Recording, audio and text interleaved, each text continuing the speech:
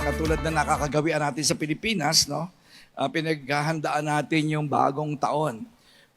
Ewan ko po kung anong preparation mo. Sino rito nagpe-prepare ka ng pagpasok ng bagong taon? Alam nyo, bago ka makapag-prepare ng 2026, ang isang importanteng bagay ay evaluate mo muna yung nakaraan mong taon, right? 2025. Ano nangyari sa iyo noong 2025 before you can prepare? Alam nga naman maghanda ka nang hindi mo naman alam kung ano yung nangyari ngayon. So ang marami po sa atin, hindi siguro maganda yung iyong 2025. Kung sino po rito ngayon ang hindi ganong maayos ang 2023 mo, 2024, and 2025, mas malamang may malaki ka talagang problem. So kung yun po ang situation mo today, siguro maganda makinig ka dahil malamang itong message ngayon ang solusyon sa problem mo. Right? Amen po ba? Yung sa mga hindi nagbabago ang buhay. Kasi po, maraming problemang dadating next year. Hindi ka pwedeng mag-pray na, Lord, sana walang problema. Hindi sumasagot ang Diyos sa ganong prayer. Kasi sinabi na po ni Lord na in this world you will have many problems. Given na po yun, given na yun. Kaya nga, ang tawag natin sa bagong taon ay nagpe-pray tayo lagi, di ba? Nagpe-prepare. Hindi lang po nagpe-pray, nagpe-prepare pa rin. Kasi ang Diyos po, laging may ginagawang bago. Alam mo ba yon? Na hindi po gumagawa ang Diyos ng luma. Ang Diyos po ay laging gumagawa ng bago. Kaya I'm sure, ako po, sigurado po ako na merong mga bagong gagawin si Lord. At gusto ko pong makita yon. At hindi lang makita, kundi maranasan ko yon. Kaya iiwan ko na po yung 2025. Ama? But first, kailangan mong maintindihan yung title ng message natin. Ito yung message natin. Nilagyan ko po ng title na Seeing the Future Through the Eyes of Faith. Sabihin nga natin sabay-sabay. 1, 2, 3. Seeing the future through the eyes of faith. Okay? Hindi po tayo nagpe-prepare ng 2026. Alam nyo, yung ginagawa kasi natin dito sa Pilipinas, kasi tayo po, alam nyo, namana natin sa religion, ang Pilipinas po ang isa sa pinakamaraming pamahiin sa buong daigdig. Yan po ang natutuhan natin sa religion. Sa halip na matuto tayo ng manampalataya sa Diyos. Right? Supposed to be dito po sa dulos, tinuturuan po kayong manampalataya sa Diyos. Hindi po tayo tinuturuan magkaroon ng mga pamahiin, mga sabi-sabi, mga tradisyon. At dito po sa Pilipinas, ang preparation po natin dito kakaiba. Di ba? Naglalagay tayo ng mga bilog-bilog sa lamesa, yung paputok bago maghiwalay ang taon, di ba? Mga pamahiin po 'yon. Wala hong epekto 'yon, wala. Sabi mo sa katabi mo, yung mukha mo lang na bilog, sapat na yan. Sabi mo sa katabi mo, alright? Yeah. Huwag ka na maghanda ng mga masyadong bilog. Yung mukha mo lang, eksakto na yan. Tama? So anyway, para sa akin, ang Diyos po na lumikha sa iyo, sino rito ang alam mo yon? Na you were created in the image and likeness of God. So if that is true, and that is true, alright? Totoo po yun, Totoo yun. Nagbago lang po ang buhay ni Pastor Rudy nung magsimula akong makita yung future through the eyes of faith. Kasi naintindihan ko rin na I was created in the image and likeness of God. And God is a God of faith. Ang Diyos po ay Diyos ng pananampalataya. Sa Kanya galing yon, yung pananampalataya. Wala kang faith. Alright? Wala kang faith. It came from your Creator. Kaya nga habang nakikilala mo ang Diyos, lalong lumalaki yung faith mo. Tama? Ganun po yun. Ganun yun, Kaya habang nagkakalapit kayo ng Diyos, the more that you have a better vision of the future. Why? Because your faith is growing. The more that you know God. Kaya ako, ini-evaluate ko yung sarili ko. Sabi ko, ano ba nangyari sa akin noong 2023, 2024, 2025? Bakit?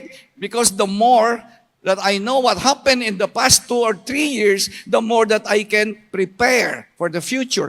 Mas alam ko ang nangyari sa akin noong nakaraang 3, 2 taon, mas makapaghahanda ako next year. Nasusundan niyo po ba ako? Alright? Kasi ang marami po sa atin, hindi lumago yung faith. Hindi lumago. Kasi faith is everything in this life. Ang pananampalataya po ang lahat-lahat. Wala pong kwenta yung pinag-aralan mo. Walang kwenta yan. Walang kwenta yung itsura mo. Walang kwenta yung galing mo. Walang kwenta yung iyong pera sa bangko. Walang kwenta yon. Walang kwenta kung saan ka mang pamilya ipinanganak. It's all about faith. Sabihin mo nga, faith. So kailangan makita ko yung 2026, kung paano ito makita ng Diyos. Or else, it's going to be the same. Walang pagkakaiba. At gusto ko pong sabihin sa inyo na it's either you become a better person this 2025 or you become worse. Because nobody stays the same. Nakikinig po ba kayo? Nakikinig kayo? Ulitin ko. Dalawa lang ang pamilian mo. Ikaw ay naging mas mabuti o napasama ka. Yun lang yun. So, ibig sabihin, kung ako ay hindi naging mas mabuting tatay ngayon, o pastor, o myself, then I became a worse person. Kasi nga po, walang nananatili na the same. Wala talaga yon. So, i-evaluate mo yon. So kung ako po ay, ang 2025 for me, so blessed, alam nyo, blessed na blessed po kami ng 2025. At wala akong balak na ganun pa rin ang mangyari sa akin ng 2026. Wala akong balak. Because my 2026 is going to be a better, much better than my past year. Because God is always in the habit of doing new things. Ganun ang Diyos. Ganun po ang Diyos. At kaya lang, mga kapatid, kailangan mong makita ito, how God see the future. How? Through the eyes of faith. Ganun lang yun. May malaki kang problema ngayon kung yung faith mo hindi lumalaki. Kasi kung ano yung size ng buhay mo, yun lang ang size ng pananampalataya mo. Lahat ay sumusunod sa pananampalataya. Hindi mo pwedeng baguhin yun. Nandiyan pa po ba kayo? So, how important is faith this 2026? Di ba, ang title natin, kailangan mong makita. Okay, mga kapatid, please, huling message ito ng 2025. Uulitin ko po, kung hindi ka masaya noong 2025, makinig ka. Kasi malamang ito yung solution sa problema mo. So, gaano ka-importante yung faith? Para siguro mas maintindihan nyo yung faith, bibigyan ko kayo ng picture message. Picture message, alright? Nakakita na po ba kayo ng pintuan? Nakakita kayo pintuan? May pintuan dito, may pintuan doon, may pintuan doon, yung bahay nyo may pinto. Sino rito walang pinto ang bahay mo? Wala, alright? Labas-pasok lang ang mga magnanakaw, akyat bahay. Diba? Nakakita na kayong pinto, tama? Ano importante, yung pinto o yung bisagra? Siyempre, kapag walang bisagra, walang kwenta yung pintuan. Kasi the hinges sa English, ang bisagra ang humahawak sa pinto. Kahit gumawa ka pa ng ginto ang pinto ang ginto, pero walang bisagra yung pinto, tutumba rin po yung pintuan. It's useless. So, ganun po ang pananampalataya. Ang pananampalataya ay parang bisagra ng pintuan. Ito yung nakahawak sa hamba ng pintuan at nakahawak sa buong bahay. Yung pintuan ay walang kwenta kung walang bisagra. In the same way, kahit ano pa itsura mo, kahit ano pang taas ng pinag-aralan mo, kahit gaano ka patagal nagsisimba, kahit gaano ka kahaba magdasal, lahat po na yon walang kwenta kung hindi lumalago ang iyong pananampalataya. Kaya ngayon, ang buhay mo, 2026, malamang walang ganong pagbabago. At pag hindi nagbago ang iyong buhay sa 2026, malamang masasama yan. Sigurado yun, masasama. Di ba yung sugat? Pag hindi mo nagamot yung sugat, habang tumatagal, lumalala yun. Ganon din ang buhay mo. Kung mahirap ka ngayon, mahirap ka last year, mahirap ka ng isang taon, malamang ngayon 2026, mas hihirap ang buhay mo. That's how it is. Ganun talaga yun. Alright? Hindi tayo negative. Alright? We're just stating the fact. Sinasabi ko lang sa inyo ang totoo. Na kapag hindi mo naayos ang sitwasyon mo ngayon, kasi masama na ang sitwasyon mo noong 2022, 2023, mas masama sa 2024. Paano yan? Paano ka magkakaroon ng Happy New Year? Wala yun. Kahit ano gawin mo pa, wala. It's all about faith. Because without faith, it's impossible to please God. Nandiyan pa po ba kayo? So, dahil nga po maraming problema darating sa 2026, kaya ang piniprepare natin, hindi pagkain sa December 31, hindi damit, hindi mga paputok. Ang pinaghahandaan natin is how to grow our faith. That's the best preparation that you can make in your life. Yun ang pinakamahalagang paghahanda na gagawin mo sa 2026. Kung gusto mong magbago ang buhay mo sa bagong taon, kailangan mo munang tingnan anong klaseng pananampalataya meron ako. Nandiyan pa po ba kayo? Sana nasusundan niyo ako, no? Kasi grabe po, hindi ko alam paano ko i-overemphasize itong aking sinasabi, but I pray in the Holy Spirit, sana maintindihan po ninyo. Kasi napakaganda ng gustong mangyari ng Diyos next year. So how important faith is? Kasi po, ang kalaban po ng pananampalataya, isa lang, yung worry.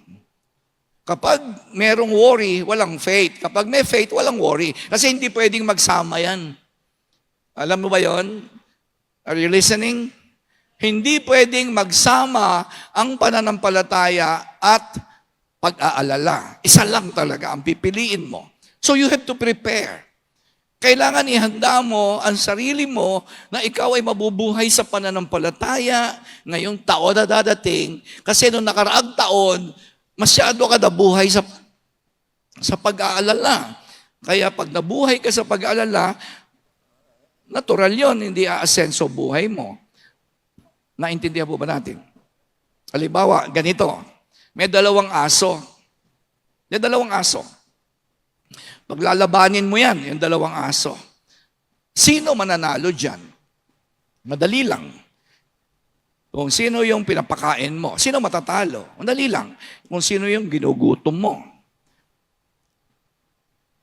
Ulitin ko, may dalawang aso, paglalabanin mo, magpupustahan yung tao, alam ko kung sino mananalo. Bakit? Kasi ang mananalo dyan, sigurado, yung pinapakain ko. Siguradong yung aso na ginugutom ko, talo yan. What's my point?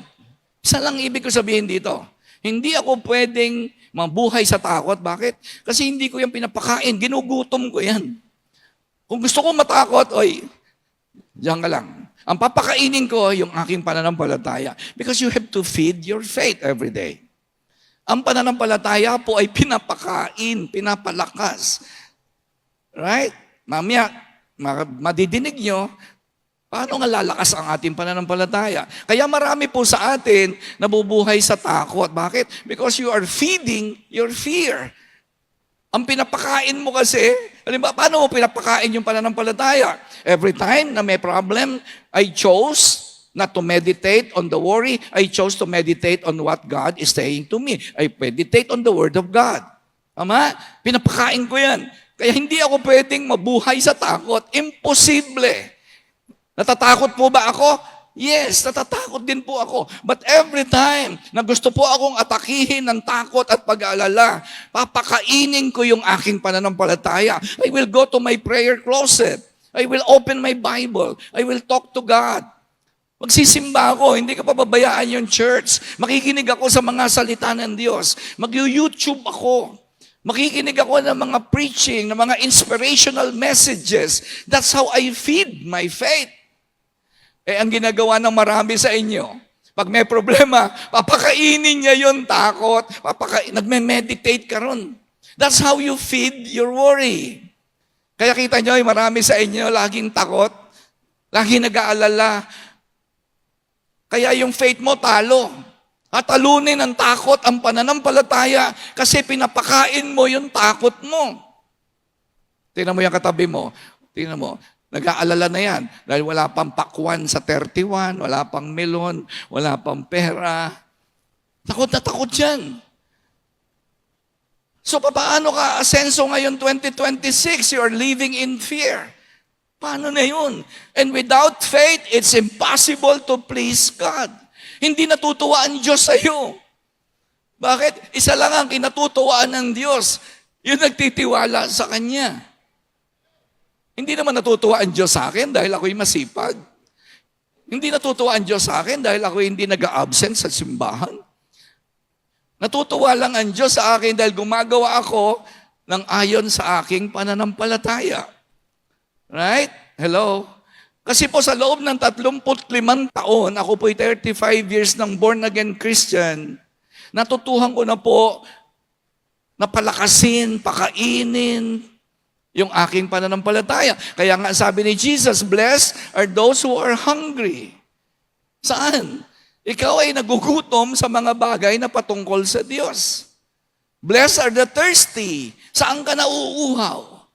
Sa mga espiritual na bagay. Kaya sabi ni Jesus, pinagpala ka talaga. Kasi siguradong ikaw ay magtatagumpay. Pero kung ang pinapakain mo ay yung, paano na kaya anak ko? Paano na kaya yung future? Paano na kaya, naku, wala na naman kaming pera. Naku, tatay ko, di pa nagpapadala ng pera. Naku po, patay ka dyan. Totoo lang. Walang mangyayari sa'yo sa 2026. Believe me, hindi ako manghuhula. Hindi rin po ako mahilig magsalita ng negative things, but I'm just stating the fact. Totoo lang ang sinasabi ko, na kapag hindi ka lumago sa faith ngayong 2026, ngayon pa lang, umpisahan mo na. Walang mangyayari sa'yo. Alam niyo sa Bible kasi, meron pong prayer na paborito ko. Meron akong verse na paborito sa Bible. Si Jesus po nag-pray. Sino sa inyo, alam mo, si Jesus maraming tinuro sa prayer, right? Marami, no? Yan po ay isang paborito pong topic ni Jesus prayer. Meron akong isang prayer na paborito. Kasi si Pedro, sabi po ng Bible, Pedro, ikaw ay tutoksuhin, ikaw ay mas-challenge. Alam niyo, no? Listen, ito pong 2026, sisiguraduhin ko na po sa inyo, hindi ko na uulitin, maraming pagsubok. Alright? So, siyempre, pag alam mo may bagyo, di ba, ang Pilipinas, sa isang taon ng Pilipinas, dinadaanan tayo ng 18 typhoons, mga 20 bagyo. So, ano ginagawa? Naghahanda. Pinaghahandaan natin ng bagyo. So, ganun din. Ano ang pinakamabisang gagawin mo dahil alam mo dadating ang mga problem? Sigurado yon, ha? Kahit mga bata pa kayo, isang araw, may mamamatay sa inyo. Alright? Let's be real. Magpakatotoo na tayo, ha? Kasi baka naman iba sa inyo, hoy, ba't naman sinasabi ni pastor yan? Hindi, isang araw may mamamatay sa pamilya mo. Sa akin, 3 na. May 3 na namatay sa pamilya ko. Alright? So church natin, marami na namatay dito sa church natin. Yung iba po sa inyo, isang araw may magkakasakit sa inyo. Sigurado yon. Alright? Hindi nakakatakot yon. Pinaghahandaan yon. Minsan may masusunugan. Tama? Meron sa inyo, matatanggal kayo sa trabaho. Hindi po yung natatakutan. Yan ay pinaghahandaan. Kasi mangyayari yan eh. Sa ayaw at sa gusto mo. Yung iba po sa inyo, meron kang anak na mapapariwara. Yung iba sa inyo, may asawa ka, mambababae. Yung iba sa inyo, meron kang kapamilya, magiging may involved. Hello, nandiyan pa po ba kayo? Right? Hindi ko po ito sinasabi to scare you. Hindi ko ito sinasabi para matakot kayo. Sinasabi ko po ito dahil katulad ko, Dumating sa akin lahat yan. Namatayan na kami, nawalan ako ng ganito, anak ko, nagka-problema matindi, nawalan kami ng pera, di ba? Daming problem, kaliwat kanan ng problem. Pero hindi ako natakot doon. Bakit? Kasi ako ay nakahanda. Andiyan pa po ba kayo? Si Jesus ganun din. Alam niya, darating kayo isang araw, katulad ni Pedro. Sabi ng Lord, Pedro, Simon, susubukin ka ni Satanas ha. Nagpaalam si Satanas. At papayagan siya. Okay, maliwanag yun. Nasa Bible ha. Magpapaalam ang Diyos na ikaw ay subukin. Iba-iba yun. Pwedeng mamatayan ka, pwedeng may magkasakit, mawalan ka ng hanap buhay, pwedeng mawalan ka ng mahal sa buhay. Pero ito sabi ni Lord, paborito ko to eh. Paborito ko to sa Bible. Luke chapter 22, verse 32. Sabi po ni Jesus kay Simon, Simon, susubuin ka ni Satanas kasi pinayagan siya ng Diyos. But I have prayed for you, Simon, that your faith may not fail.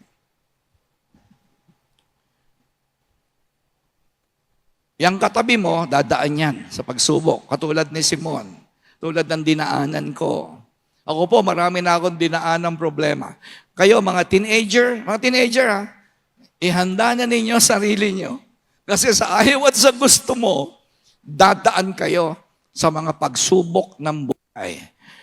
Ngayon, ano gagawin mo? Pero ang sabi po ng Bible, ang prayer ni Jesus, kaya magandang may relasyon ka kay Jesus. Kaya maganda ikaw ay may relasyon sa Diyos. Kasi kasama ka sa pinagpe-pray ni Lord. At hindi basta prayer ha. Hindi prayer na bigyan kita ng trabaho, bigyan kita ng asawa, o bibigyan kita ng alahas, o magkakaroon ka ng malaking bahay. No. Ang sabi po ng Panginoon, you will be tested one day, and my prayer is that your faith may not fail. Kasi marami magpe-fail. Nagka-problema, tumigil na, hindi na nagsisimba. Kaya marami nang hindi nagsisimba dito sa dulos. Alam niyo yun? Nagsimba sila, pero nagka-problema, wala na, tumigil na. Marami kong kilala. Ako po, mga kasabayan ko, 35 taon na po akong born-again Christian. Kasabayan ko sila. Ngayon, wala na sila lahat. Bakit? Nag-fail. Ano yung nag-fail? Yung pinag-aralan sa school? Hindi. Yung pananampalataya ang nag-fail. Walang magagawa yung nakuha niyong college degree. Wala yan. Hindi niyo magagamit yung pinag-aralan niyo sa college. Hindi talaga. Kahit anong dami ng pera niyo, walang magagawa ang pera ninyo sa darating na mga problem. It's all about faith. And Jesus, ako po'y very confident because Jesus is praying for me. Sinabi niya, sa akin yan. Right? Hindi kay Simon yan. Hindi yan kay Simon. Sa akin yan, yung verse na yan. Rudy, Satan asked permission that you will be tested and he was given the permission. But don't worry, Rudy. Don't worry. I'm praying for you.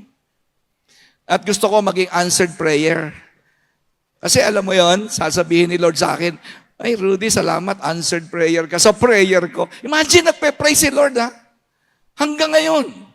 Ang sabi ng Bible, right now, Jesus is praying for you that your faith may not fail. Kaya lang ito issue. Ito kasi issue kasi ito eh. Are you preparing? Nagbabasa ka ba ng Bible day and night? Pag hindi, you are not preparing. You are preparing to fail. If you fail to prepare, you are preparing to fail. Kapag nabigo kang maghanda, naghahanda kang mabigo. Hindi naman kayo nagbabasa ng Bible day and night. Sabi ng Bible, sabi ni Lord, meditate on the Word.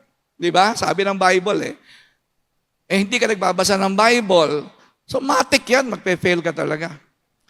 Hindi ka naman nagsisimba every Sunday, hindi ka naman nakikinig, hindi ka naman sumusunod, hindi ka naman nagpe-pray. Itong dulos, ang hina nito sa prayer. Alam niyo, itong church natin, ang hina nito sa prayer. Kaya pagdating ng problema, marami, wala na. Bagsak na pagdating sa problema. Andiyan pa po mga kayo. Kaya nga, ito ang sabi ng Philippians chapter 4, 6-7. Do not be anxious about anything. Alam niyo yung anxious?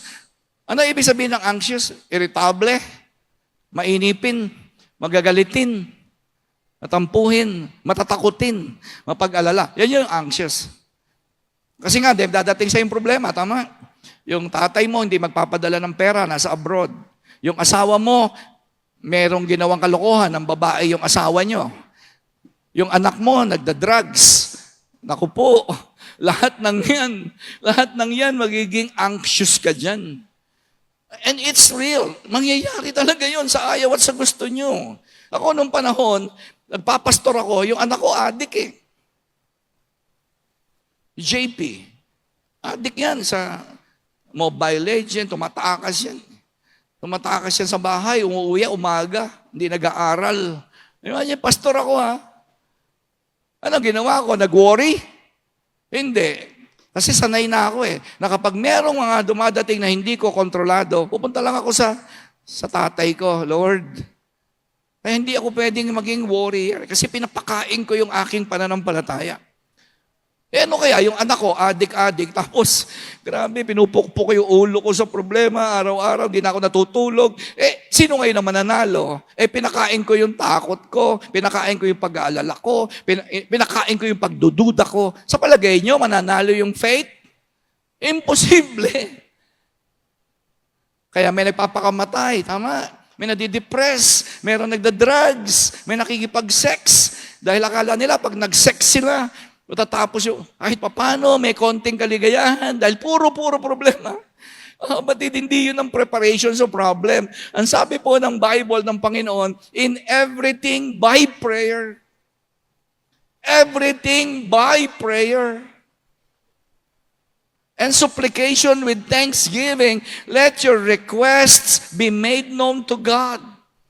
And the peace of God. Wow, ito gusto ko talaga rito sa verse na to eh. And the peace of God. Hindi yung peace na bigay ng pera. Hindi yung peace na bigay ng syota mo. Masaya ka lang kapag nandyan siya, nakikita mo. Paano yan kung mawala yung asawa mo? Sige nga. Eh kasi hindi peace of God eh. Peace ng asawa, peace ng syota mo, peace ng iyong degree, peace ng pera. Kasi nagbibigay po yung pera ng kapayapaan eh. Kaya lang, sandali lang. Pero iba yung peace of God. Iba yan. Kasi yung peace of God, ito yung surpasses all understanding. Grabe, hindi ito kayang ipaliwanag ni Einstein. Si Einstein, kaya niya ipaliwanag yung theory of relativity. Yung mga scientists, kaya nilang split yung atom, yung neutron, kaya nilang split at gumawa ng neutron bomb. Pero yung peace of God, walang makakapagpaliwanag niyan. Walang tao na kayang umunawa niyan kasi galing yan sa Diyos. The peace of God, which surpasses all understanding. Nung kami po, na born again po ako, 1989, baon ako sa utang, no? Millions and millions. Tatago ako, wanted po ako. Nung makilala ko ang Panginoon, 1989, hindi ko kayang ipaliwanag bakit nawala ang lahat ng takot ko. Kasi wanted po ako noon. Nung panahon na yon, kung ako po'y mahuhuli, dalawa lang ang pupuntahan ko, either bilangguan o sementeryo. Kasi dami kong utang. Tsaka mga pinagkakautangan ko, yung mga pumapatay ng tao sa casino, sa mga sugalan, mga gambling lords, mga drug lords. Yun po kasi ang aking mundo nung araw. So nagtatago na po ako noon. Wanted na po ako, wanted na. Hindi ako pwedeng tumira sa isang lugar, palipat-lipat ako for 2 years. Takot na takot ako. Kaya meron akong dalang laging barel. Meron ako laging barel kasi sabi ko hindi ako papahuli ng buhay. Nung isuko ko ang buhay ko kay Lord, 1989, hindi ko kayang ipaliwanag. Nag-aral po ako ha. Ako'y sa UST ako nag-graduate, nagpiloto pa nga ako. Magaling akong dumiskarte sa buhay. Kaya yumaman ako, di ba? 19 years old, multimillionaire na po ako nung 19 years old ako. Pero lahat ng iyon, walang bisa. At nabuhay ako sa takot every day. Actually, nung marami pa po akong pera, Nung ako'y 20 years old, 21, dami kong pera. Lagi rin akong takot. Takot ako, alam niyo kung saan? Takot ako mamatay, number one. Pangalawa, takot akong mawala ng pera. Yung dalawa na yan. Okay, yung dalawa na yan ang matindi kong takot. Nabubuhay ako sa takot. Kahit marami kong kotse, ang laki ng bahay ko. Ang bahay ko po, may swimming pool, 5 ang kotse ko, papalit-palit ako ng kotse. Ang dami kong pera talaga. Pero hindi ko rin maipaliwanag saan nanggagaling yung takot. Di ba? Katulad ng iba sa inyo rito ngayon. Ang dami mong kinatatakutan. Tama? Tama? Ang dami mong kinatatakutan. Ha? Takot kang mamatay, takot kang magkasakit, takot kang matanggal sa trabaho, takot kang magbabae yung asawa mo, takot kang yung anak mo ay ma-inbo. Tama? Lalo na pag tumingin ka sa salamin, takot na takot ka. Yung katabi mo, pag tumitingin sa salamin yan, grabe, Diyos ko po. Tama? Nakita mo yung itsura mo eh.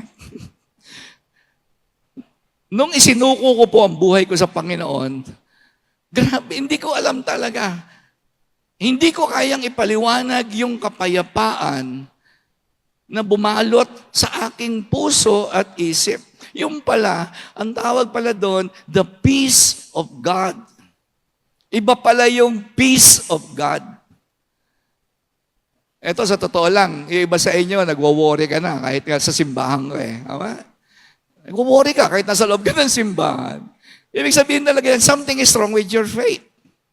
May problema ka talaga pagdating sa pananampalataya mo. Kasi lahat po ng bagay susunod yan.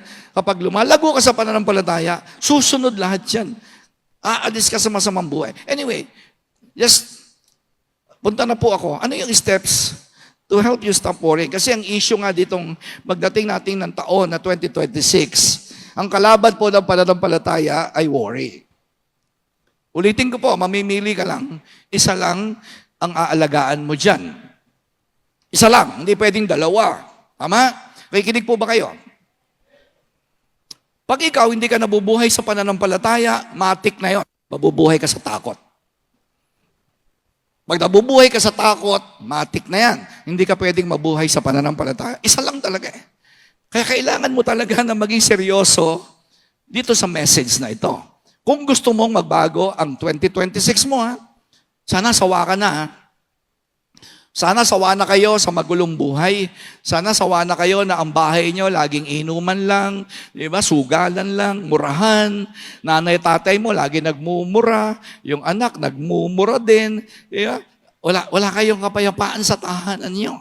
Pagdating sa trabaho, ganun din. Grabe, gulo mo sa trabaho. Hindi ka mapakali sa trabaho mo. Palipat-lipat ka ng hanap buhay. Wala kang pagtagalan na relationship. Wala kang mga kaibigan na nagtatagal. Grabe, gulo talaga ng buhay mo, tama? Pero ito ngayon, ano yung mga hakbangin para po mahinto na yan? Kasi maniwala kayo sa akin, nangyari po yan. Pwede po bang matakot? Parang si Pastor Rudy po ba natatakot? Yes. Yes, hindi naman po ako perfect. Natatakot din ako sa mga nangyari. Pero ano ginagawa ko? Napipigil ko yan. Tama? Papakainin ko yung aking pananampalataya. Every time that worry is knocking on my door, sa tuwing yung takot ay kakatok sa aking puso, alam ko na gagawin ko. It's time to pray. Yes, it's time to pray. Kasi yung iba sa inyo, ano ginagawa nyo? May dumating na masamang balita, ano gagawin nyo? Worry, worry, worry, worry, worry. Kaya kita mo, ano pinapakain mo? Hindi yung worry. Kaya ano malakas? Worry. Kaya yung faith mo, talo. Mag-aaway kasi yan eh. Mag-aaway. Sino mananalo? Kung sino yung pinapakain mo. Hello? So ngayon, ito na yon. Ano yung para matigil na yan? Para alam mo na, hanggang dyan ka lang. Alright? Hoy, takot! Hindi ka pwedeng pumasok sa buhay ko. Alam ko gagawin ko. Number 1, you get to know God. Ito po ay hindi simpleng, alam ko may Diyos. No, it's not about that. It's about your relationship with Jesus. Evaluate tayo Evaluate, mga kapatid. Evaluation tayo. Alright? Kumusta ang relasyon mo kay Jesus? Evaluation Evaluation. O dito. Kumusta ang relasyon mo kay Jesus? Pastor, nagdadasal naman po ako. Hindi yung dasal. Kumusta ang relasyon mo sa Kanya? Parang kayong magnanay. Kumusta ang relasyon mo sa nanay mo? Is it okay? Hindi ba masasabi mo naman yun? Tama? Hindi mo ba pwedeng evaluate yun? O kumusta ang relasyon mo sa tatay mo? Hindi mo kayang evaluate? Evaluate yun. Ako, yung relasyon ko sa misis ko. Kumusta ang relasyon ko kay Angie? Wala kaming ginawa ni Angie kundi pakainin yung aming romance, yung aming relationship. Tagal na kami hindi nag-aaway niyan. Tagal na. Mga ilang oras na. Hindi pa, mga ilang ano na pala. Ilang dekada na. Hindi nga, ayan yung misis ko.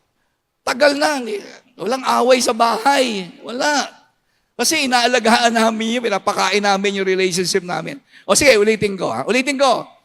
Kumusta relasyon mo kay Jesus? Ay, nagsisimba po ako. Hindi yun ang sinasabi ko. Kumusta ang relasyon mo? Kasi ang relationship is about a day-to-day basis, araw-araw. Lumalago ba relasyon mo kay Jesus? Nagkakalapit ba kayo? Yun ang tanong. Yun ang evaluation.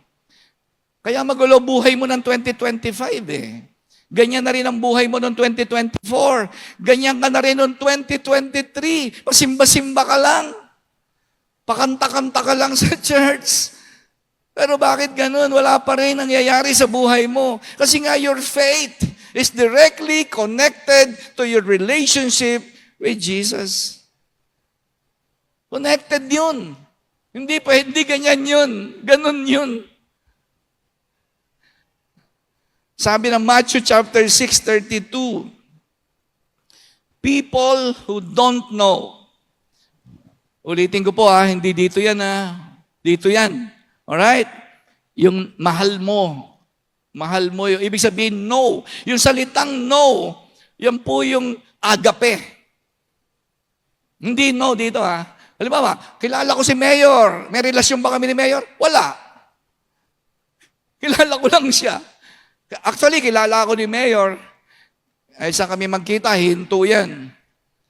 Makikipagkwentuhan sa akin si Mayor John Ray. Kasi magkakilala kami. Pero wala kaming relationship. Wala.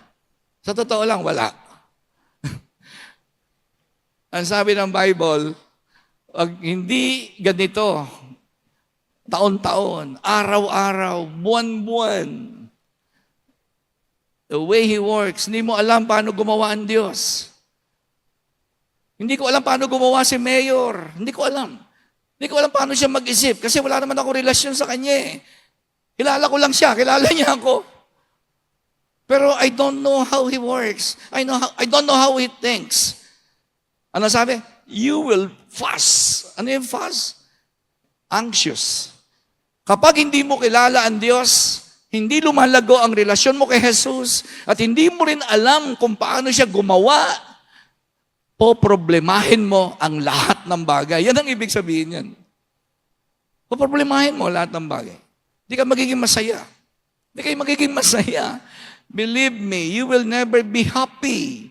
Kasi lagi kang matatakot. Lagi kang mag-aalala. Sabi ng Bible, hindi ako may sabi niyan. Sabi ng Hosea chapter 6, verse 6, yun na yung sabi po ng Bible. Para medyo laliman ko pa ng konti. God says, sabi ng Diyos, I don't want your sacrifices, I want your love. Ibig sabihin, ganito yun. Pag hindi kayo nagkakalapit ni Lord, ang tingin mo sa lahat ng gagawin mo sa simbahan ay sakripisyo. You don't enjoy. You will never enjoy going to church, although nasa church ka. Kasi wala kayong relasyon kay Jesus. Siguro kaya kayo nandito sa dulos, naka-aircon, kasi mamaya kakain kayo dyan sa restaurant, o siguro na-enjoy nyo yung fellowship, siguro, siguro gwapo yung pastor, nagagwapuhan kayo kay pastor. Okay lang po yun, walang problema. Alam ko na yan, matagal na. Right?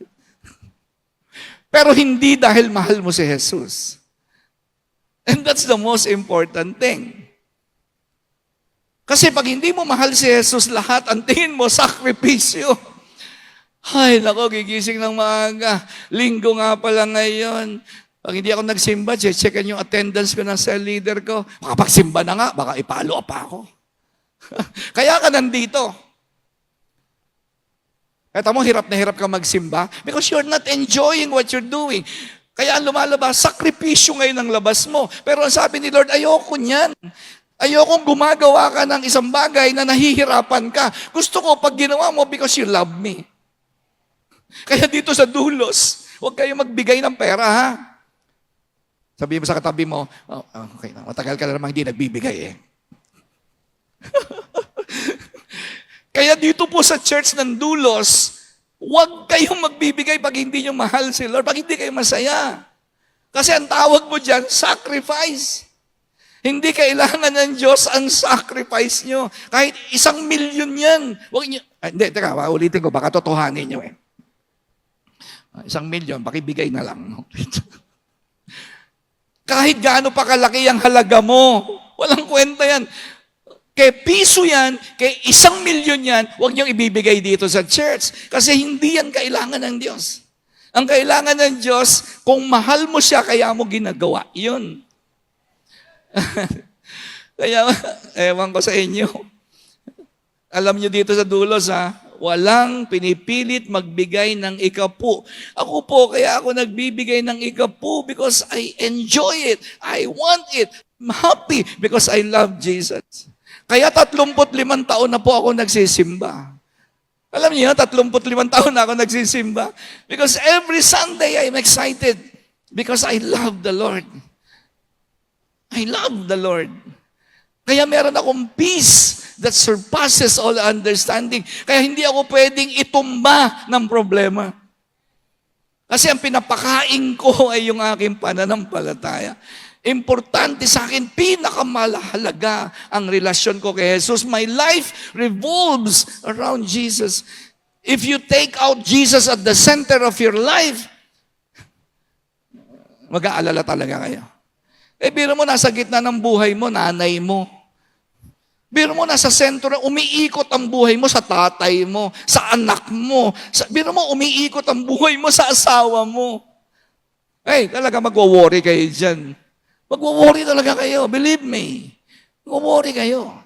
Kasi hindi talaga ganun. Hindi ka ginawa ng Diyos para umikot ang buhay mo sa hanap buhay, sa eskwelahan, sa trabaho, sa asawa, anak. Ang buhay, umiikot yan sa Diyos. Kaya pag hindi nyo po na-prepare yan, pag hindi nyo yan na-prepare, your life will get worse this coming 2026. Kasi babagyuhin kayo ng iba't ibang problema. Babagyuhin talaga kayo ng iba't ibang problema. Ako, pag may problema, punta ako sa Lord. Alam ka namang mapalayo ako sa Diyos. Sa palagay mo, mapapalayo ka sa Diyos? Kapag mayroong problema, lalapit ka sa Diyos? Mapapalayo ka kaya? Hindi. Pinapakain mo yung pananampalataya mo.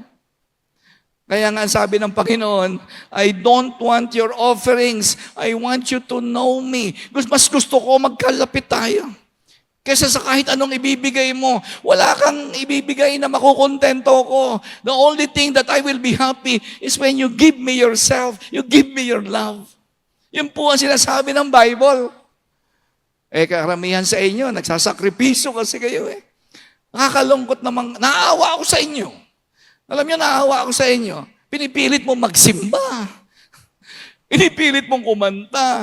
Pinipilit mong mag-offering kasi natatakot ka. Baka malasin ka pag hindi ka nag-tithes. Ay, Diyos ko po. Saan mo natutuhan yung kalokohan na yan? Di ba? Kaya nga para sa akin, ang pinakamahalaga sa lahat, yung relasyon ko. Kung paano kaming mag-asawa, relasyon ko sa asawa ko. Ako ba pa nagbibigay ng damit sa anak ko? Kunyari, anak ko si JP, no? Daddy, akin na lang yung damit mo. Ang ganda ng damit mo. Gustong-gusto ko yung damit ko, ha? Mahal ang bili ko doon. Sige, sa'yo na. Ano tawag daw? Sakripisyo. Ayan, nagsakripisyo na ako, ha? Yung damit ko, ano tawag daw? Sakripisyo? Hindi, pagmamahal yun. Hindi sakripisyo yung ibigay yung isang mahalaga sa anak ko. Kasi I have a relationship with my son. Tama? Nandiyan pa po ba kayo? Sabi mo sa katabi mo, nalungkot ka na naman. Yan, nalungkot ka na naman. Kaya nga tandaan ninyo, hindi mababago ang 2026 pag naghanda ka lang ng pagkain, pag nagpaputo kayo. I-prepare mo yung relasyon mo sa Diyos. Pangalawa, fill your mind with the Word of God. Ang totoong nakakakilala sa Diyos, pinupuno mo ang isip mo ng mga bagay tungkol sa Diyos. Saan mo makikita yon? Siyempre sa Bible. Hindi sa social media. Hindi sa Netflix. Nag-Netflix po ako. Nag-internet po ako. Pero hindi ko pinapayagan na yan ang pumuno sa isip ko. Kung talagang ako ay may relasyon kay Jesus, gusto ko siyang makilala. Gusto ko lumalim ang relasyon ko sa Kanya. Every year, every day. Yun ang aking mission sa buhay. Ganon din ang mission nyo sa buhay. Na mapalapit, makilala. Pero paano? By filling your mind with the Word of God. Philippians chapter 4, verse 8. Finally, brothers and sisters. Sabihin mo nga, finally. Ano ibig sabihin nun? Final. The final arbiter, salita ng Diyos. Finally. Wala na. After everything is said and done, ano, pinaka-importante? Finally, the Bible. Brothers and sisters, whatever is true, whatever is noble, whatever is right, whatever is pure, whatever is lovely, whatever is admirable, if anything is excellent or praiseworthy, think about such things. Huwag kayong mag-isip ng masyadong problema. Huwag kayong mag-isip ng mga galit sa kapwa. Huwag kayong mag-isip ng mga hindi makakapagpalapit sa iyo sa Diyos. That's how you prepare for the new year. Ihanda mo yung isipan mo na lahat na negative, alisin mo yan. Papasukin mo lang yung mga bagay. You know what? Wala nakakapag-filter na negative things, ha? Makinig po kayo sa akin. Sa dami ng nadidinig nating mga pangit, social media, grabe, nakakasawa na po yung nababasa ko tungkol sa politics, alam niyo yan? And you cannot filter it. Hindi mo yang masasala. Isa lang ang makakapagsala sa lahat ng mga negative, kabastusan, kababuyan na binibigay sa iyo ng social media at ng mga kaibigan mo. Isa lang, the Word of God. Only the Word of God has the power to filter lahat ng toxics sa paligid mo. Wala nang iba. Yung pinag-aralan mo, kita mo, college graduate, bastos. Di ba? Ang dami kong kilala, ha? Doktor, bastos. Ang sama ng ugali. Ang dami kong kilala, abogado. Marami kong kaibigang abogado, ha? Ang tatalino, pero bastos. Ang sasama ng ugali. Dami kong kilala na mga engineer, architect. Ako, piloto po ako. Grabe mga piloto, babaero. Babae rito, babae doon. Ang tataas ng pinag-aralan yan, ha? Bakit? Wala silang capacity to filter na pumapasok sa kanila. But if you have the Word of God, if you are preparing for your faith to grow, kung matalino ka, ang magagawa mo, sabi po, yung utak mo, punuin mo ng salita ng Diyos. At alam mo, mahihinto ka sa mga pag-aalala na mangyayari. Nandiyan pa po ba kayo? Pangatlo, kasi po, ilang minuto na lang natitira sa akin. Ito po ay last service na natin, ano? Ng 2025. Kaya hanggang alas 2 po tayo rito ngayon, hanggang alas 2. Uy, yung nag-amen, sige, maiwan ka, ha? Hanggang aalis dyan. Magpipris ako sa iyo hanggang mamaya. Number 3, paano mababawasan yung o mahihinto yung pag-aalala? Put God first in every area of your life. Bakit ang daling basahin pero ang hirap gawin? Tama? Hindi nga. Ang dali, no?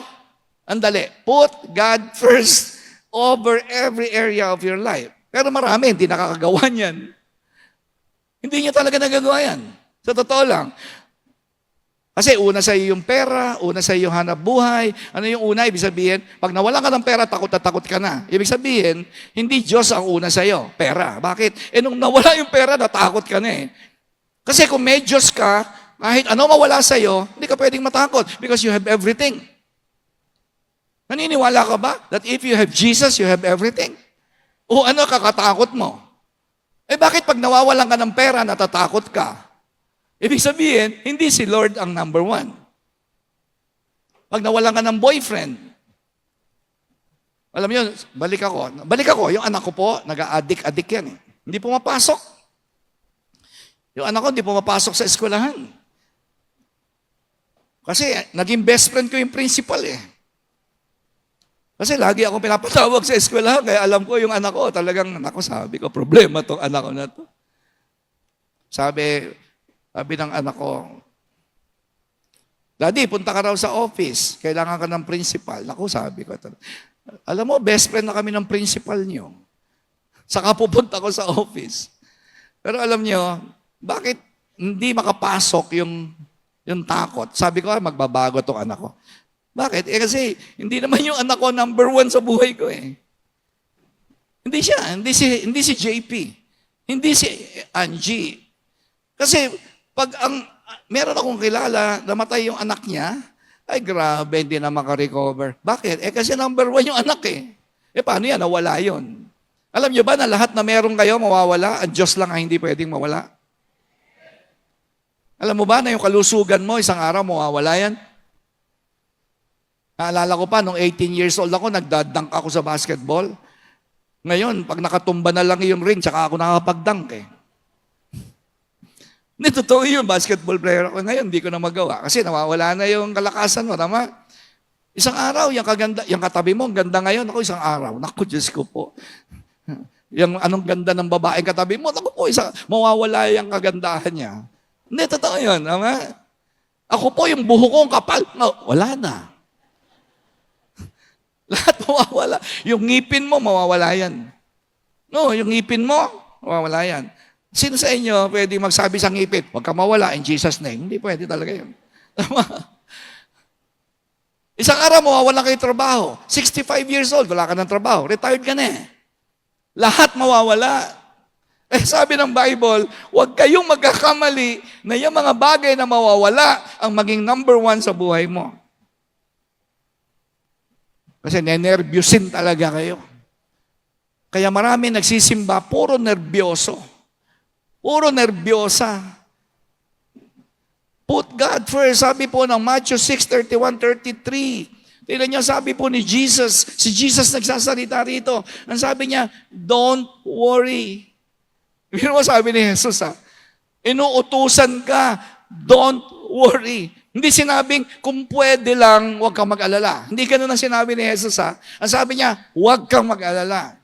Don't worry. Utos yan. Utos. Hindi po yan option.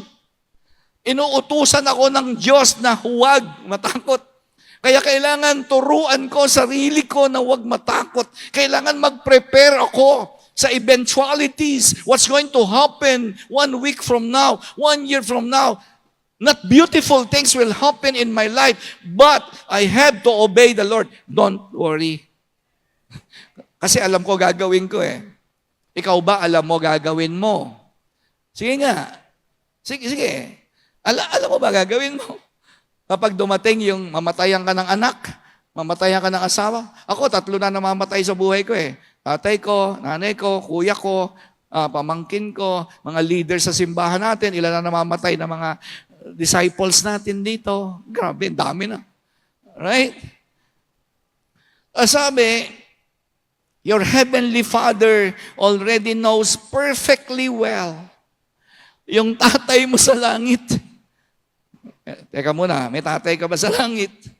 Okay? Yung tatay mo sa langit knows perfectly well that you need them and He will give them to you if ibibigay ng tatay mo sa langit lahat ng kailangan mo kung, sa English, if you will give Him first place in your life. Ang grabe. Ewan ko sa inyo. Alam niyo, no, isang araw, meron akong konting testimony. May nagbigay po sa akin ng 1 hektaryang lupa. May nagbigay sa akin. Hindi ko nga malaman.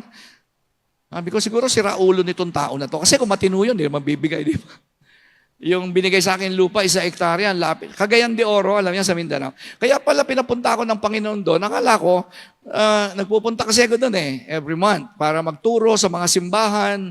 Sumunod lang ako sa Lord.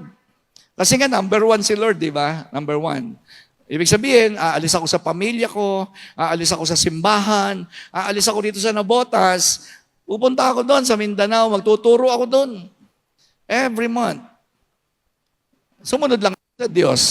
Sabi ko, sige Lord, kasi kung saan mo sabihin, punta ako, gawin mo to, gagawin ko yan. Hindi ko alam, imagine ko hindi ako sumunod sa Diyos. Kung sinabi ko, busy ako Lord kasi yung misis ko, pag yan, hindi ako nakikita, nagko-collapse kasi yan Lord Hindi ba pwede namang maraming alibay? Sino rito maraming alibay? Ang dami mong dahilan sa Diyos. Mag-training ka sa dulos. Ang dami kong ginagawa Ayoko mag-training, di ba? Basa ka ng Bible day and night. Nako, nakakatulog ako pag nagbabasa ako. O at least di ka magkaka-insomnia. Mag-tights ka. Sabi kasi ni Pastor Rudy, pag hindi masaya, lusot ako dyan, di ba? Hindi nga.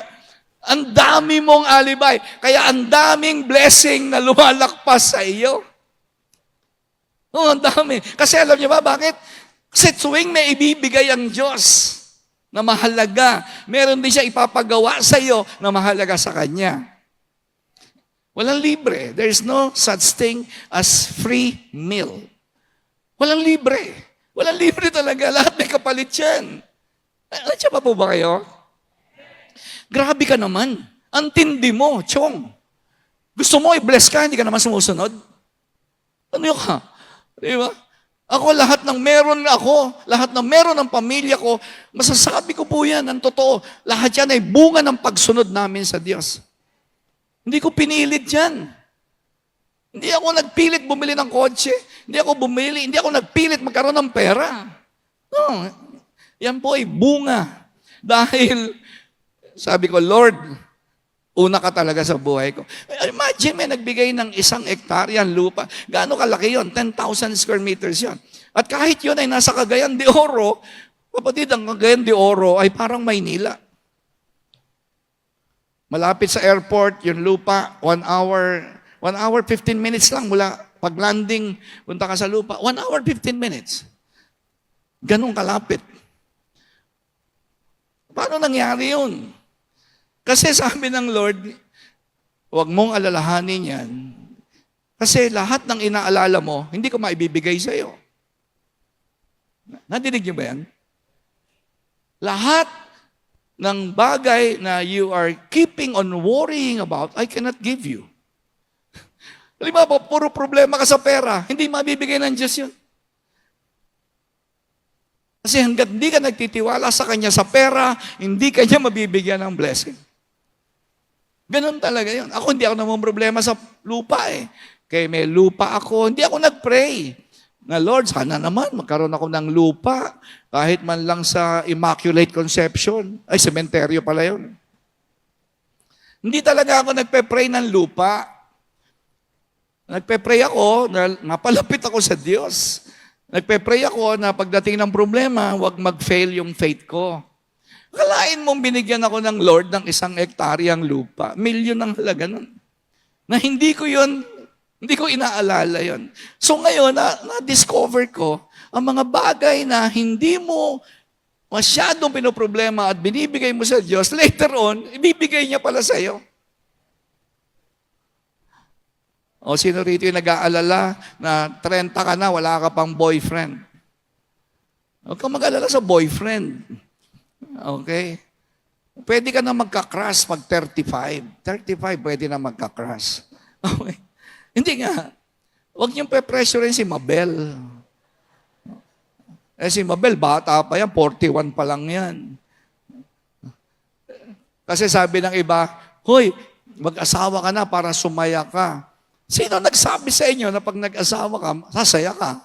Tingnan mo yung katabi mo may asawa, grabe ang muka. Nung dalaga yan, ganda-ganda eh. Nung nag-asawa, grabe.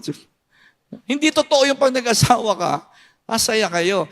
Alam nyo, gusto nyo sumaya? Ngayon pa lang, kahit single ka, sumaya ka na. Kasi pag malungkot ka ngayong single ka, kahit mag-asawa ka, malungkot ka pa rin. Hindi, totoo po yun.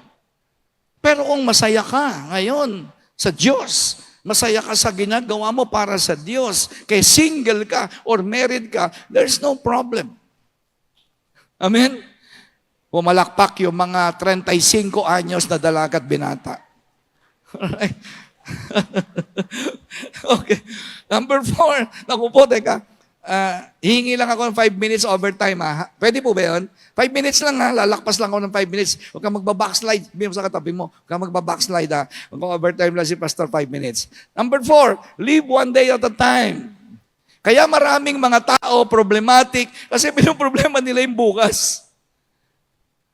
Katulad nga ng binanggit ko, ano kung wala kang asawa? Basta ngayon, enjoy mo yung araw mo na binigay ng Diyos. Tama? Bino mo, sinasayang mo yung araw mo dahil sa pag-aalala para bukas. May kilala ko, ang anak niya, kapapanganak pa lang yung anak, namumroblema na siya. Paano ito makakatapos ng college? Ang lakas ng topak din. Hindi ba? Sino rito, yung anak mo, elementary, nag-aalala ka na, paano kaya ito makakatapos ng college? Diyos ko po, baka kunin ka na ni Lord mamayang gabi, kaya huwag ka na mag-alala. Hindi mo alam kung mabubuhay ka pa bukas. Ang sabi ng Matthew 6:34, sabi ni Jesus, don't worry. Ano naman, yung salitang don't worry, grabe si Lord naman, oh. Inuutusan talaga tayo na don't worry. Don't worry about tomorrow. Because tomorrow will have its own worries. Bayaan mo na yung bukas. May problema na siya. Each day has enough trouble of its own. Gusto ng Lord, i-enjoy mo tong araw na ito. Huwag ka mag-enjoy sa kasalanan, ha? Hindi ibig sabihin kung nabubuhay ka sa kasalanan, mag-enjoy ka. Hindi. Ibig sabihin, kung ikaw ay may relationship kay Lord, meron kang community of believers, ikaw ay mananampalataya, enjoy mo tong araw na ito kahit maraming problema. Nandiyan pa po ba kayo? Right now, you only need enough power for today, not for tomorrow. Hindi ko kailangan ang lakas para bukas. Ang kailangan ko ay lakas para ngayon. Bukas, bibigyan ako ng Diyos ng panibagong lakas. Hindi ako nag-aalala. Lord, bukas kaya, malakas pa kaya ako? Walang problema sa akin yun. Ang kailangan ko lang ay lakas ngayon. Hindi ko kailangan ng lakas para bukas. Bahala ang Diyos doon, hindi ko kayang gawin yon. Ama, I cannot live for tomorrow. Walang sino man sa inyo na pwedeng mabuhay para sa kinabukasan. Wala. Ngayon lang. Kailangan mo ng faith ngayon, hindi bukas. I don't need faith for 1 week. Hindi ko kailangan ng faith para sa isang buong linggo. Kung bukas bibigyan ako ng Diyos ng pagbuhay, bukas mabubuhay ulit ako sa pananampalataya. But right now, I will live by faith today. At kung bukas magigising pa po ako, pwedeng hindi na. Kung bibigyan pa ako ni Lord ng isang araw, i-enjoy ko yung bukas at mabubuhay ako sa pananampalataya bukas. Amen. Palakpakan po natin ang Lord. Lastly, panghuli, last na po. Sabi mo sa katabi mo, salamat naman. Tagal na, mahaba. Panghuli, trust God to care. Trust God to care. Hindi po ginamit na believe God to care. Yung believe, kaya ka pupunta sa langit because you believe. Pero dahil ikaw ngayon ay isa ng anak ng Diyos, because you believe in your Savior, now, you have to live a life of trust. Ang problema sa mga taong papunta ng langit, nakita mo, gulo ng buhay nila ngayon, pero papunta sila sa langit because they are not able to trust the God that saved them. Kung naniniwala ako na kaya akong dalhin ni Lord sa langit, bakit hindi ko siya kayang panampalatayanan na kaya niya akong palagpasin sa mga problema ng buhay? Sige nga, isipin niyo yun. Kung totoong naniniwala ka na kaya kang dalhin ni Jesus sa langit, bakit hindi mo siya kayang pagkatiwalaan na kaya niyang magtagumpay ka dito sa problema dito? Kasi nga, hindi ka nagtitiwala. Iba po yung naniniwala sa nagtitiwala, ha? Iba po yun. Yung naniniwala sa nagtitiwala. Kunwari, sabi ko, ay, naniniwala ako na yung eroplano na yan, makakarating yan sa Cagayan de Oro. Pero hindi ako sasakay, baka bumagsak eh. Bakit ka nakaupo dyan sa silya na yan? Kasi nagtitiwala ka, hindi babagsak yan. Nakita mo kahit 200 pounds ka? Sino naniniwala na yung silya na yan, hindi mababakli pag umupo ka? Amen. O sige nga, umupo ka. Ay, ayoko. Baka mamaya mabali ang pa. Hindi ba naniniwala ka, pero hindi ka nagtitiwala? Kasi ibig sabihin na nagtitiwala, bibigay mo talaga sa Diyos lahat. Nandiyan pa po ba kayo? 1 Peter chapter 5 verse 7, give all your worries. Give. Bigay mo sa Kanya lahat. Kaya is more blessed to give. Hindi pera yon. Hindi pera yung mas pinagpapala ang nagbibigay. Kasama yon, pera, siyempre. Pero mas pinagpapala ang nagbibigay ng lahat ng kanyang alalahanin sa Diyos. Ibig sabihin, pag ayaw mong ibigay yung worry mo, ikaw mag-isa yan. Kasi hindi po tayo pinanganak sa mundo para gawin yung gawain ng Diyos. Ano ba gawain ng Diyos? Mamroblema sa problema mo. Hindi ko kayang mamroblema kasi hindi ako Diyos eh. Ang trabaho ko po ay magtiwala na walang imposible sa Diyos. Hindi ko trabaho na mag-alala. Because that's the job of God. Ang pag-aalala ay trabaho ng Diyos. Hindi ko trabaho yun. Kaya pag ako nag-aalala, ibig sabihin, parang pinapalitan ko na si Lord. Di ba? Yun ang ibig sabihin, kaya inuutusan tayo, huwag kang mag-alala. Ibig sabihin, Rudy, trabaho ko yan. Huwag mong gawin yung trabaho ko. Ang trabaho mo, magtiwala sa akin.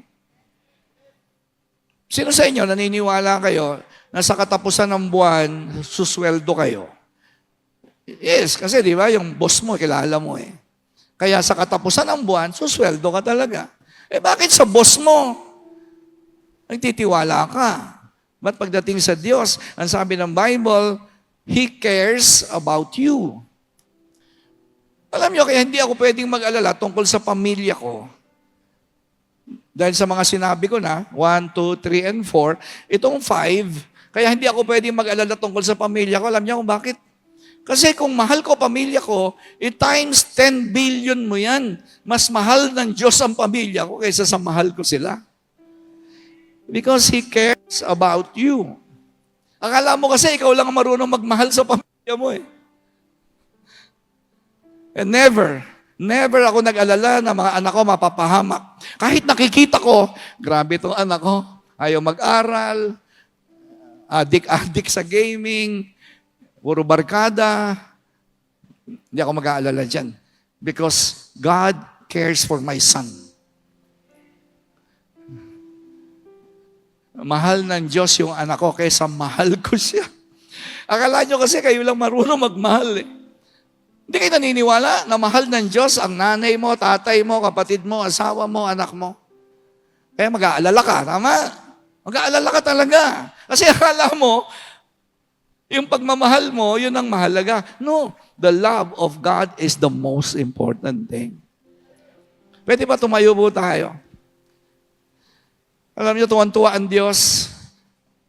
Ang pwede mong iregalo sa Diyos everyday, kaya nga everyday Pasko eh. Alam niyo ba kung bakit everyday Pasko? Kasi everyday pwede mong bigyan ng regalo si Lord. Ano yung regalo na yon? Yung trust in Him. Grabe. Yung tiwala sa Diyos. Yan ang gustong-gusto ng Diyos na regalo.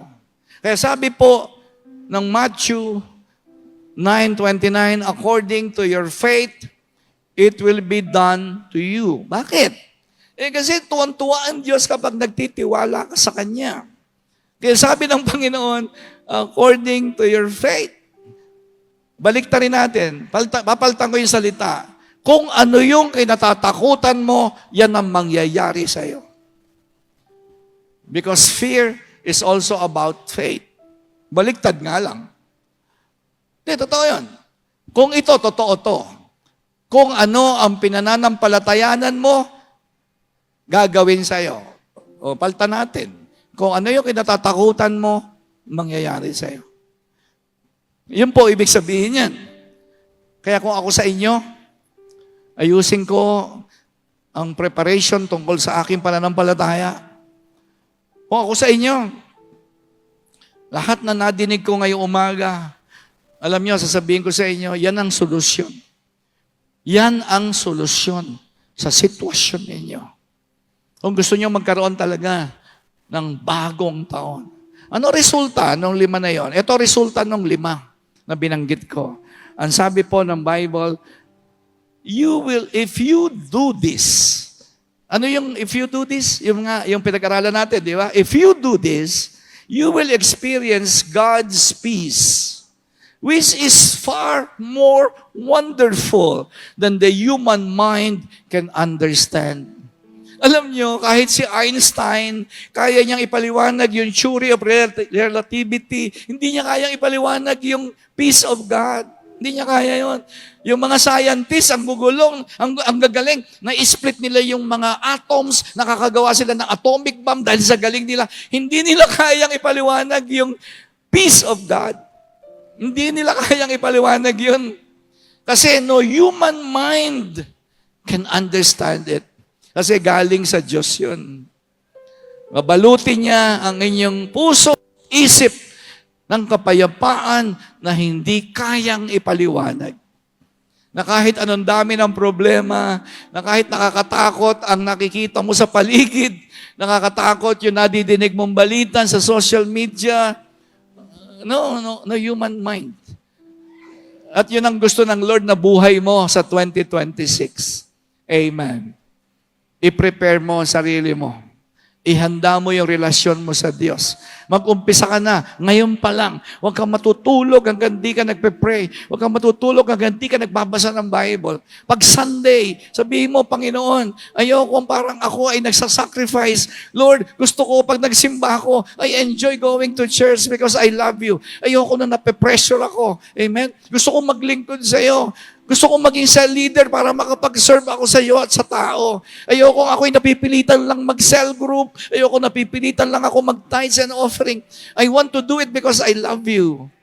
Alam mo yung mangyayari? Palapit kayo sa Diyos. Hindi, totoo yan. The more that you do it with love, the more that you become closer to Jesus. Pero the more na pinipilit mo, papalayo ka ng papalayo sa Diyos habang pinipilit mo. Kaya kailangan, mga kapatid, magsimula na po kayo. Magsimula na kayo na patibayin yung faith ninyo. Magsimula na po kayo na mag-pray. Magsimula na kayong lumuhod. Kung hindi nyo ginagawang lumuhod kayo. At sabihin nyo sa Lord, sabi ng Panginoon, kaya wala ka nito kasi hindi ka humihingi. So start asking for love, faith, and hope. Magsimula na po kayo mag-pray. Amen po ba? Taas po natin yung kamay natin. Sabihin natin, Panginoong Jesus, sinusuko ko sa iyo ang lumang taon at lumang buhay at wini-welcome ko po ang bagong ako, bagong pananampalataya, kasama na ang bagong taon.